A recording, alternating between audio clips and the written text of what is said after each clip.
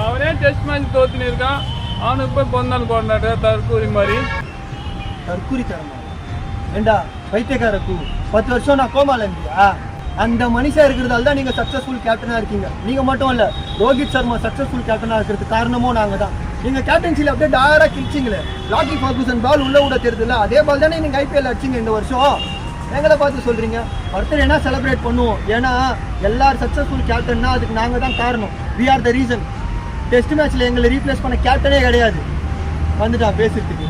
மெய்தியா போயிடு. எங்களுக்கு தோனியை கொஞ்சோண்டு பிடிக்கும், அந்த கொஞ்சோண்டு கூட கெடுத்துடாதீங்க. உங்களை மாதிரி தற்கூரியால தான் தோனியை எல்லாம் தப்பா பேசுறாங்க.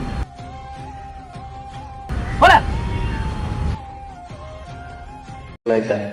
Big fan. He's my god.